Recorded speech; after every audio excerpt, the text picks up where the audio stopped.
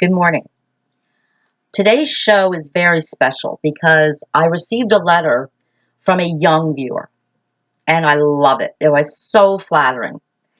The viewer is 16 years old and I happen to know her mother. I am friends with her mother on Facebook. I am friends with her uncle, who is a very good friend of this show as well. And she wrote me this lovely letter. And before I get into that, I want to mention that school is now dwindling down. Most schools will be out by the end of next week. And I do have some young viewers who watch this show.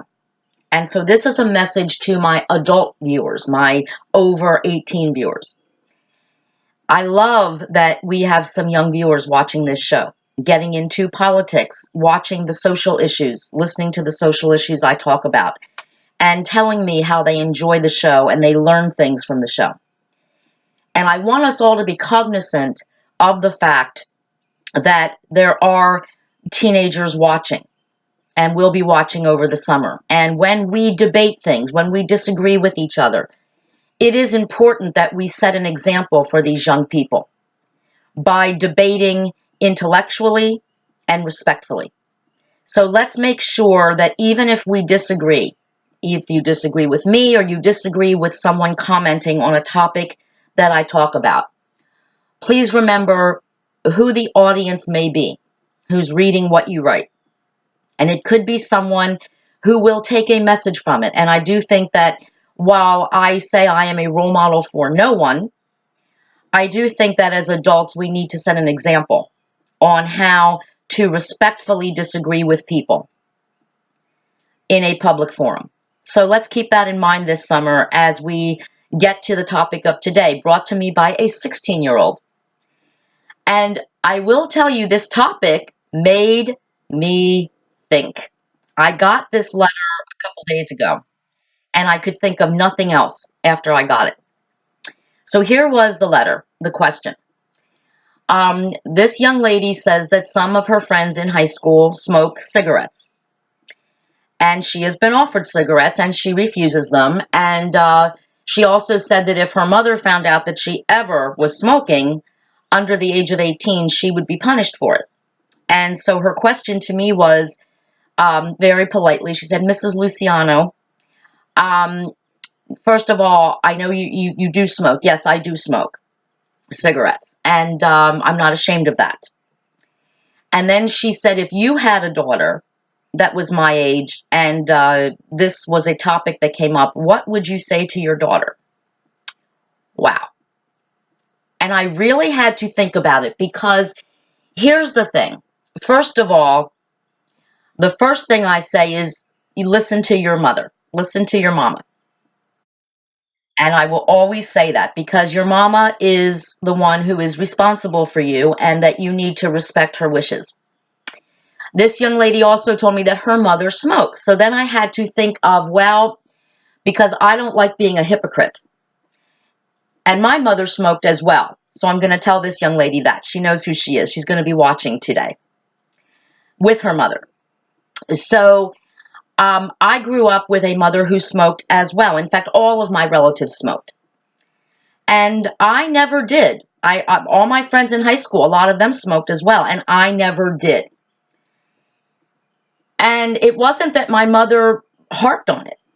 She smoked, my family members, adults, smoked, but I wasn't into it. And I think the fact that she didn't harp on it, remember the other day I spoke about sex before marriage and the fact that it wasn't drilled into me every single day. You don't have sex before marriage, but I never had sex in high school because I was terrified of getting pregnant because I had seen a fellow classmate get pregnant.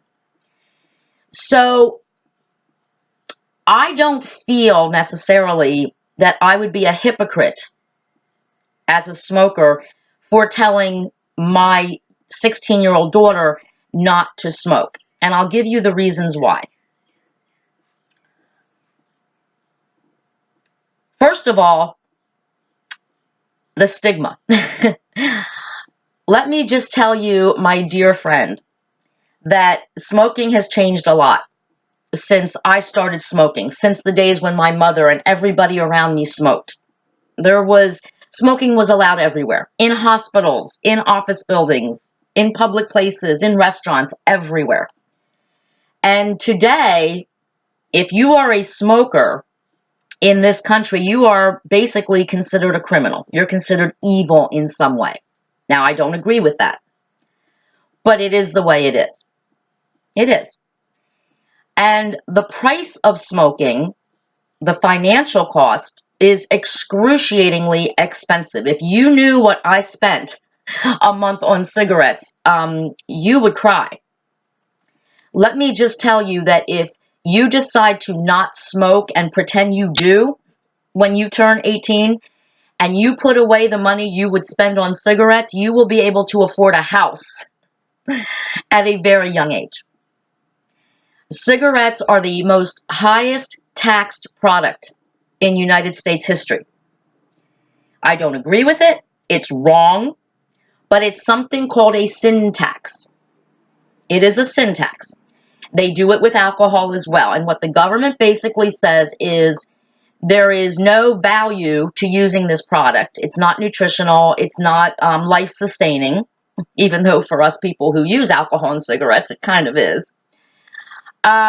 So therefore, we will tax it as much as we possibly can. Now, let me tell you what a pack of cigarettes should cost.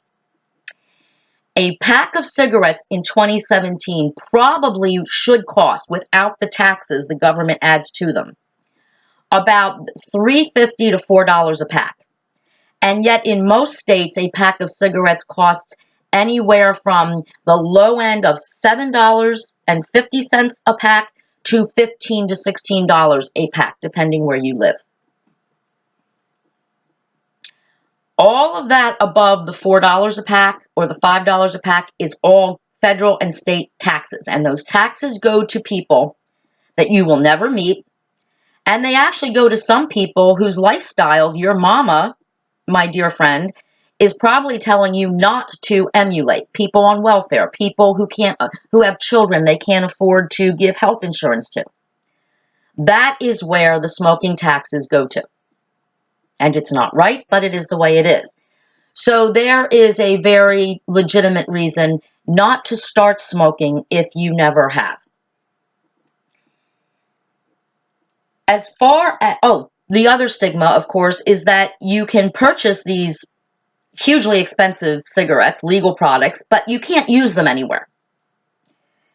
As we have seen on some of my other shows, you can't use them sometimes in your own home if you're renting a home.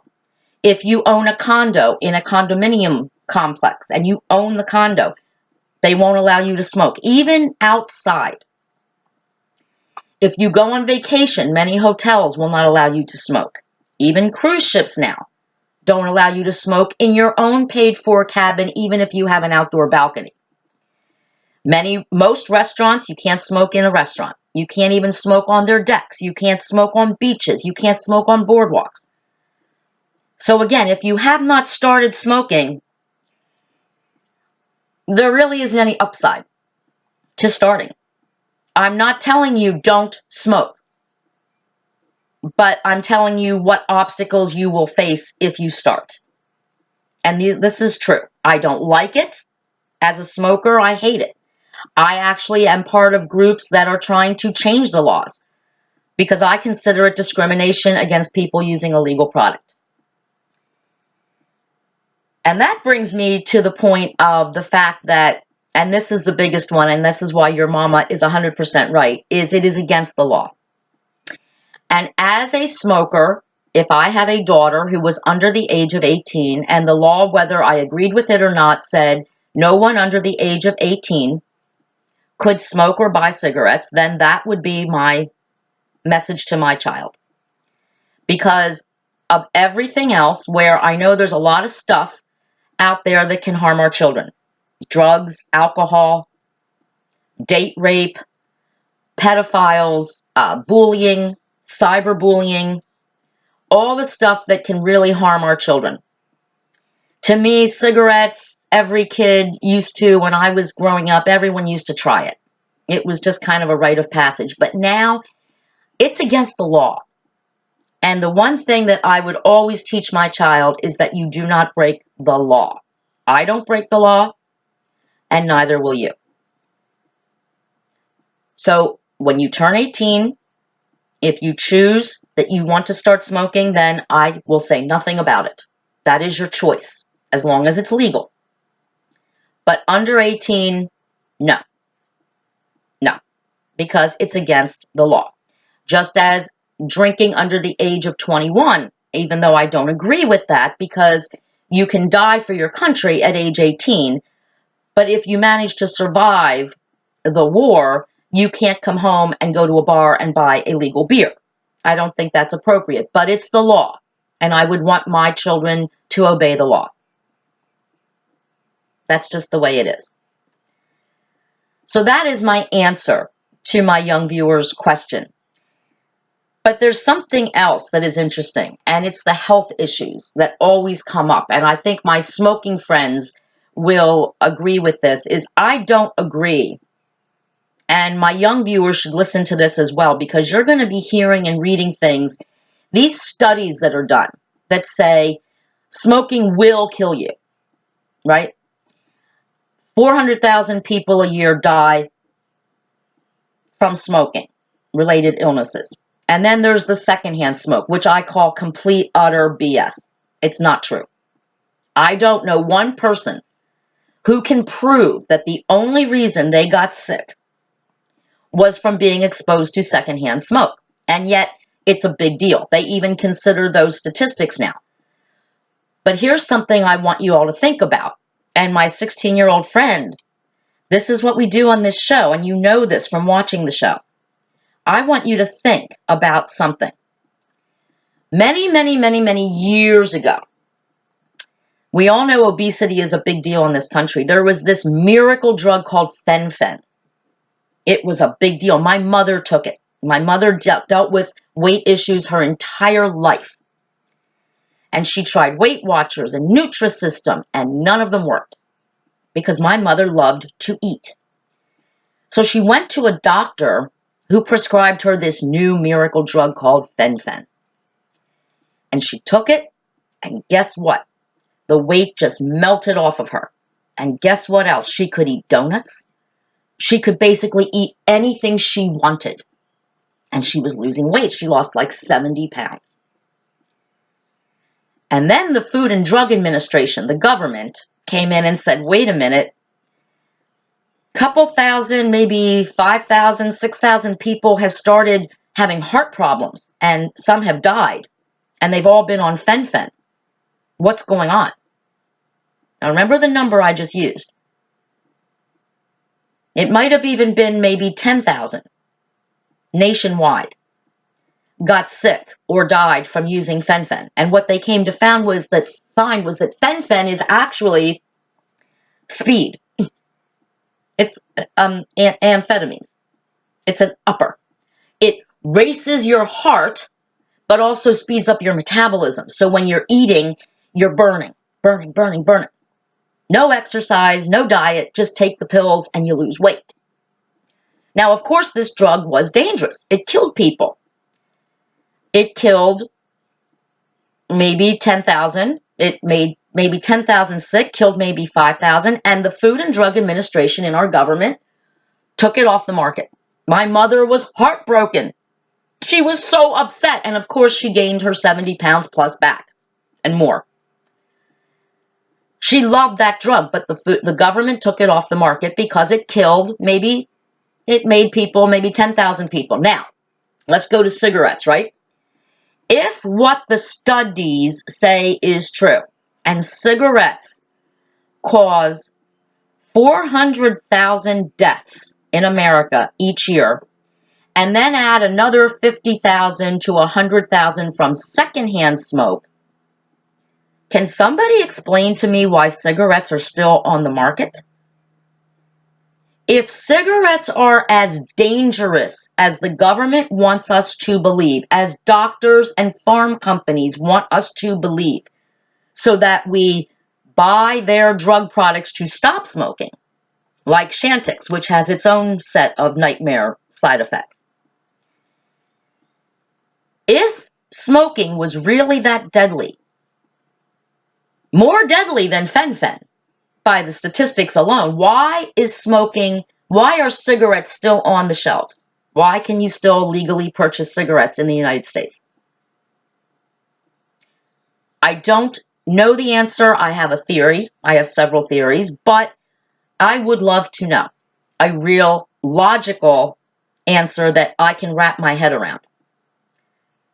Because if they took fen-phen off the market for killing a five-figure amount of American citizens, why would they not take tobacco products off the market for killing six figures of American citizens? It's a lot of people.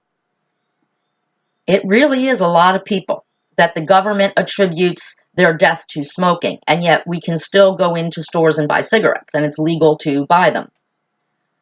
And it's not always legal to smoke them in public, but it is legal to smoke them somewhere. You can find a place to smoke them. That is a question I would love for somebody a lot smarter than I am to answer for me. Why some drugs are taken off the market for killing fewer people than cigarettes, and cigarettes are still there. Now, my theory, of course, is money. It's always about money. And let's face it, smokers spend a lot of money. They spend money on their cigarettes. And the tax dollars that go to the governments where they purchase their cigarettes, they go to help a lot of people. The government needs smokers. The public needs smokers. The public needs smokers. The people who have children they can't afford need smokers so that their children can get free or low-cost health insurance. They need us because that's where our taxes go. They need us. They won't admit that they need us because they hate us. Try lighting a cigarette within 500 yards of a child and the parent will go absolutely apeshit. Instead of saying thank you because my child can go to the doctor thanks to you, the smoker. We don't get the thank you. So yeah, I do have a problem with that. I also have a problem with the fact that even though I am a very healthy person, that if someday I do get diagnosed with an illness, no matter what, if I am smoking or have smoked, any doctor and even some members of my family will say, well, see, we told you to stop smoking. It's all because of smoking. Even though we know that there are probably hundreds of thousands, if not millions of people every day in America who die from all different kinds of things, who have never smoked a cigarette in their life and have never actually lived with a smoker either. So what are you going to do? Again, I ask you to debate this topic because it is a little hypocritical to say on one side of the aisle how dangerous smoking is, and yet on the other side of the aisle not to make it illegal like they did with fen-phen. What are you going to do? Something to debate. And now a final message to my young viewer. I say I am not a role model, but I will say I am quite flattered that you watch the show and that you took the time to send me that letter. It made me very happy. And it also made me think, really, really think for days about what I was going to say to you. And I am deeply flattered. But here's my thing too. I do a talk show. I do a daily talk show. And I will always be honest with anybody, and I will always answer your questions as honestly as I can from my point of view. But there's something, my dear, that you have that so many people don't who are your age. You have amazing people in your own life. You told me in a letter that you are going to watch this show today with your mama. That's amazing. That is amazing. And your mama is so proud of you. I know this because I read that on her Facebook page. how proud she is of you and what a lovely young woman you have become because of her, because of your uncle, who is also a big part of your life and whom I also have the privilege of knowing. And that you include me as your friend, someone that you can go to for advice, that is quite flattering. And all I want to tell you, my dear, is you can ask me anything you want anytime, and I will answer you honestly from my point of view. With the caveat, the but, that you also have right in your own house 24/7 the most amazing role model, the most amazing person to go to for advice. That is your loving mama. And that, my dear, makes you one of the luckiest girls in the entire world. Political Paula, out.